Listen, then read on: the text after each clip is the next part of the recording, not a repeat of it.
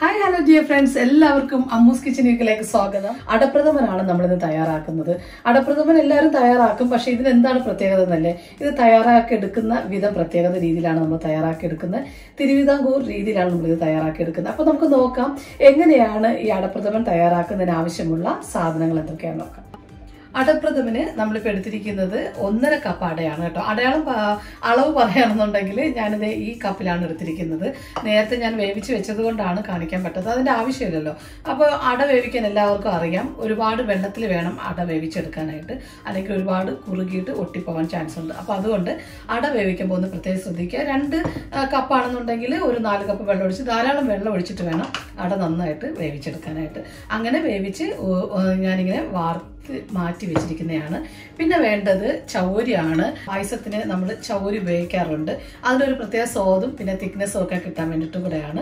ഞാനിപ്പോൾ ചൗരിയാണെന്നുണ്ടെങ്കിലും ഇതുപോലെ തന്നെ ഒരുപാട് വെള്ളത്തിലാണ് വേവിച്ചെടുക്കേണ്ടത്. ഞാനിപ്പോൾ അളവ് പറയുകയാണെന്നുണ്ടെങ്കിൽ ഇപ്പോൾ 1.5 കപ്പ് അടയ്ക്ക് 1/2 കപ്പ് ചൗരിയാണ് അളവെന്ന് പറയുന്നത്.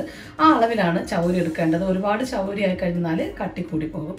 പിന്നെ ശർക്കരയാണ് വേണ്ടത്. ശർക്കര അതുപോലെ തന്നെ ഞാനിപ്പോൾ എടുത്തിരിക്കുന്നത് ശർക്കര മധുരം അല്ലെന്നുണ്ടെങ്കിൽ പഞ്ചസാര നമ്മൾ 1 സ്പൂണ് ചേർക്കുന്നുണ്ട്. പക്ഷേ ശർക്കരയിലാണ് നമ്മൾ Ada Pradhaman തയ്യാറാക്കി എടുക്കുന്നത്. അപ്പോൾ ശർക്കരയ്ക്ക് ഒരു പ്രധാനമുണ്ട്. ശർക്കരയും അതുപോലെ തന്നെ ഒരു 2 ഉരുള ശർക്കരയാണ് എടുത്തിരിക്കുന്നത്. അത് ചീക്കി വെച്ചിരിക്കുന്നതാണ്. പിന്നെ നമ്മുടെ സാധാരണ പായസത്തിന് വേണ്ട സാധനങ്ങൾ തന്നെയാണ്. അണ്ടിപ്പരിപ്പും കിസ്മിസും വേണം. അത് രണ്ടും ഞാൻ എടുത്തിട്ടുണ്ട്. പിന്നെ പ്രധാനപ്പെട്ട് വേണ്ടതാണ്, ഒഴിച്ചുകൂടാൻ പറ്റാത്തത് തന്നെ പറയാം, തേങ്ങാക്കൊത്താണ്. തേങ്ങാക്കൊത്ത് ഞാനിപ്പോൾ 1 കപ്പോളം എടുത്തിട്ടുണ്ട്. അത് നല്ലൊരു ടേസ്റ്റാണ്. പിന്നെ ഇതിൻ്റെ പ്രത്യേകത എന്ന് പറയുന്നത് തേങ്ങാക്കൊത്ത് നമ്മൾ വെളിച്ചെണ്ണയിലാണ് വറുത്ത് കോരുന്നത്. അണ്ടിപ്പരിപ്പും കിസ്മിസും നെയ്യിൽ വറുത്ത് കോരുകയാണെങ്കിൽ തേങ്ങാക്കൊത്ത് നമ്മൾ വെളിച്ചെണ്ണയിലാണ്. അതൊരു പ്രത്യേക രുചിയാണ്. അതാണ് നമ്മുടെ പായസത്തിൻ്റെ ഒരു പ്രത്യേകതയും. പിന്നെ വേണ്ടത് ഏലക്കാപ്പൊടി വേണം. ഏലക്കപ്പൊടി ഞാൻ എടുത്തിട്ടുണ്ട്. അതുപോലെ ചുക്കുപൊടിയും വേണം. പിന്നെ പ്രധാനപ്പെട്ട് വേണ്ടതെന്ന് വെച്ചിരുന്നാൽ തേങ്ങാപ്പാലാണ്. തേങ്ങാപ്പാല് 3 തരം പാലാണ് വേണ്ടത്. 1-ാം പാല്, 2-ാം പാല്, 3-ാം പാല്. 3-ാം പാല് ആദ്യം നമ്മൾ ഒഴിച്ച് നന്നായിട്ട് കുറുക്കിയെടുക്കും.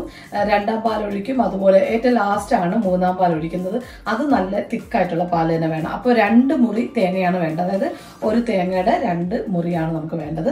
അത് മുഴുവനും ഞാൻ എടുത്ത് പിഴിഞ്ഞ് നമുക്ക് ഇതുപോലെ 1-ാം പാല്, 2-ാം പാല്, 3-ാം പാലാക്കി വെച്ചിട്ടുണ്ട്. പിന്നെ കൈകൊണ്ട് തന്നെ പിഴിഞ്ഞെടുക്കാൻ പറ്റില്ലെന്നുണ്ടെങ്കിൽ മിക്സിയുടെ ജാറിൽ തേങ്ങാപ്പാൽ എടുക്കുന്ന അറിയാലോ, അതുപോലെ നന്നായിട്ട് മിക്സ് ചെയ്ത് നല്ല രീതിയിലുള്ള പാല് തന്നെ എടുക്കുക കേട്ടോ. അതൊക്കെയാണ് നമ്മുടെ ഈ Ada Pradhamanന്റെ രുചിക്ക് പ്രധാനപ്പെട്ട കാരണങ്ങൾ. അപ്പോൾ ഇത്രയും സാധനങ്ങളാണ് നമുക്ക് വേണ്ടത്. ഇനി നമുക്കൊരു ഉരുളി അല്ലെന്നുണ്ടെങ്കിൽ ഒരു പാൻ അടുപ്പത്ത് വെക്കുക കേട്ടോ.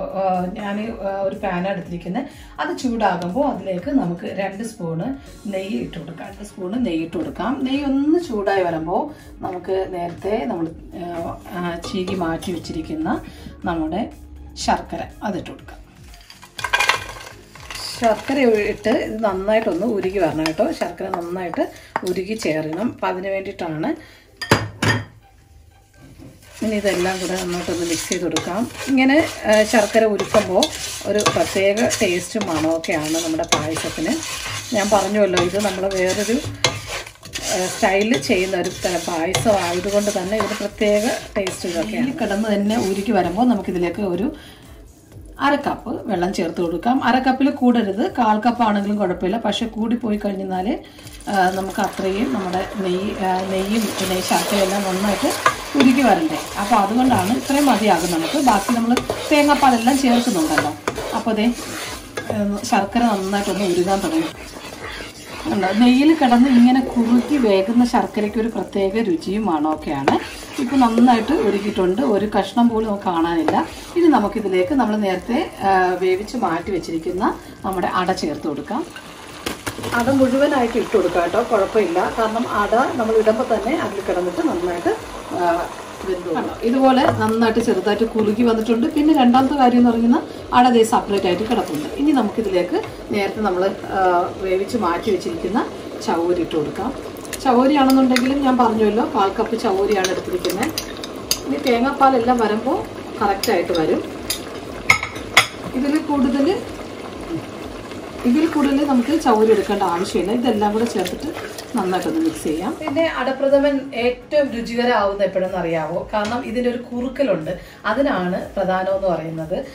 ഈ ശർക്കര എന്ന് പറയുന്നത് നന്നായിട്ട് കുറുകി ചേരണം. നമ്മൾ ഇട്ടിരിക്കുന്ന ചൗരിയായിട്ടും അടയായിട്ടും നന്നായിട്ട് കുറുകി ചേരണം. ഇതിനൊക്കെയാണ് സമയമെടുത്ത് തന്നെ ചെയ്യേണ്ടതെന്നാണ് അടപ്രഥമൻ എന്ന് പറയുന്നത്.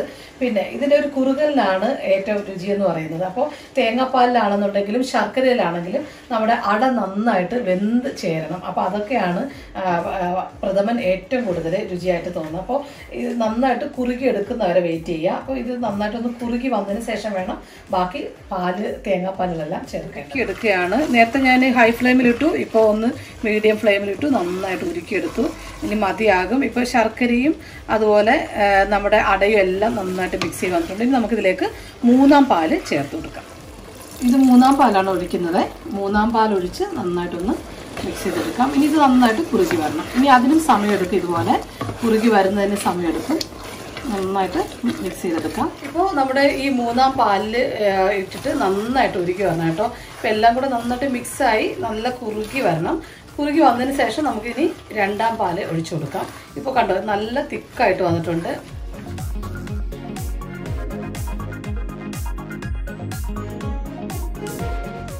ഇപ്പോൾ നമ്മൾ ഒഴിക്കുന്നത് 2-ാം പാലാണ്. ഈ 2-ാം പാല് കൂടെ ചേർത്തിട്ട് അത് നന്നായിട്ടൊന്ന് കുറുകി വരണം.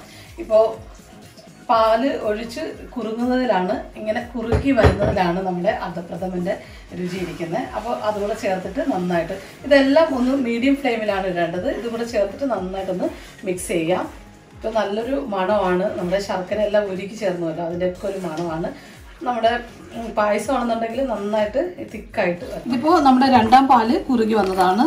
എല്ലാം നന്നായിട്ട് കറക്റ്റായി മിക്സായി വന്നിട്ടുണ്ട്. ഇനി നമുക്കിതിലേക്ക് 1-ാം പാല് ചേർത്ത് കൊടുക്കാം. 1-ാം പാലെന്ന് പറയുന്നത് നല്ല തിക്കായിട്ടുള്ള പാലാണ് കേട്ടോ. ഇതിന് ഒരുപാട് നമ്മളിട്ട്, ഞാൻ പറഞ്ഞുവല്ലോ, ഒരുപാടിട്ട് തിളപ്പിക്കേണ്ട ആവശ്യമില്ല. 1-ാം പാല് കൂടെ ഒഴിച്ചു നന്നായിട്ട് മിക്സ് ചെയ്യാം.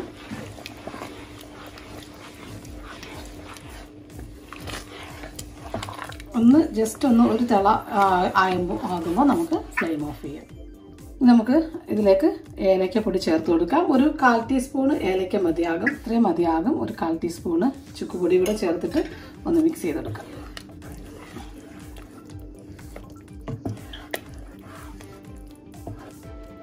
ഇപ്പോൾ നമ്മുടെ ചുക്കുപൊടിയും ഏലക്കയും കൂടെ മിക്സ് ചെയ്ത് കഴിയുമ്പോൾ നമുക്ക് എല്ലാം പായസം എല്ലാം റെഡി ആയിട്ടുണ്ട്. ഇനി നമുക്ക് തേങ്ങാക്കൊത്തും അതുപോലെ അണ്ടിപ്പരിപ്പും കിസ്മിസും വറുത്ത് കോരിയാൽ മതിയാകും. അപ്പോൾ ഞാനൊരു പാനിലേക്ക് പാൻ വെച്ചതിന് ശേഷം കോക്കനട്ട് ഇട്ട് കൊടുക്കുകയാണ്. 2 സ്പൂണ് കോക്കനട്ടിലാണ് നമ്മൾ തേങ്ങാക്കൊത്ത് വറുത്തെടുക്കാൻ പോകുന്നത്. ഒരു 2 സ്പൂണ് മതിയാവും കേട്ടോ. ഞാനിപ്പോൾ 2 സ്പൂണ് വെളിച്ചെണ്ണ ഒഴിച്ചു കൊടുത്തു. ഇതേ രീതിയിൽ നിങ്ങളൊന്ന് തയ്യാറാക്കി നോക്കുക കേട്ടോ. ഒരു പ്രത്യേക ടേസ്റ്റാണ്. നമ്മുടെ കോക്കനട്ട് വെളിച്ചെണ്ണ ചൂടായി. ഞാനിപ്പോൾ നമ്മുടെ ഈ തേങ്ങാക്കൊത്ത് അല്പം കൂടുതൽ എടുത്തിരിക്കുന്നത് കേട്ടോ. അതിനൊന്നും അളവില്ല. തേങ്ങാക്കൊത്ത് കൂടുതലിട്ട് കഴിഞ്ഞാൽ പായസത്തിന് രുചി കൂടും.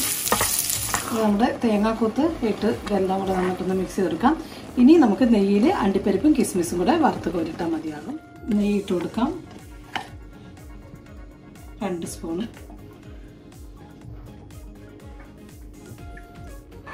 നന്നായിട്ട് നെയ്യൊന്ന് ചൂടായി വന്നിട്ടുണ്ടെങ്കിൽ നമുക്കിതിലേക്ക് അണ്ടിപ്പരിപ്പ് ചേർത്ത് കൊടുക്കാം.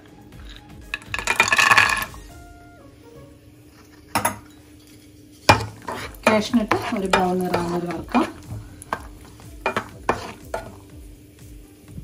നമ്മുടെ അണ്ടിപ്പരിപ്പ് ഇതുപോലെ നല്ലൊരു ബ്രൗൺ നിറമായി അതുപോലെ ഇട്ട് കൊടുക്കാം. ഇനി നമ്മുടെ കിസ്മിസ് വറുത്ത് പോരാം.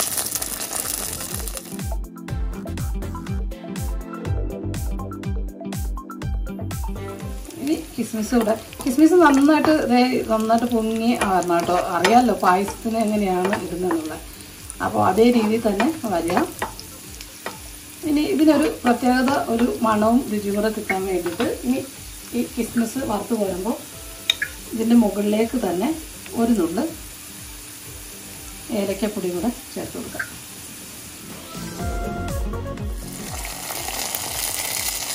ഇപ്പോൾ നമ്മുടെ പായസത്തിൻ്റെ എല്ലാ ചേരുവകളും ചേർത്ത് കഴിഞ്ഞു.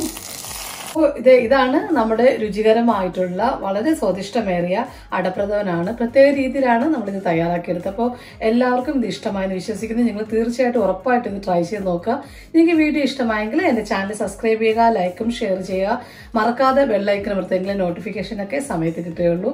അപ്പോൾ അടുത്ത മനോഹരമായ റെസിപ്പിയുമായി കാണുന്ന എല്ലാവർക്കും താങ്ക് യു സോ മച്ച്.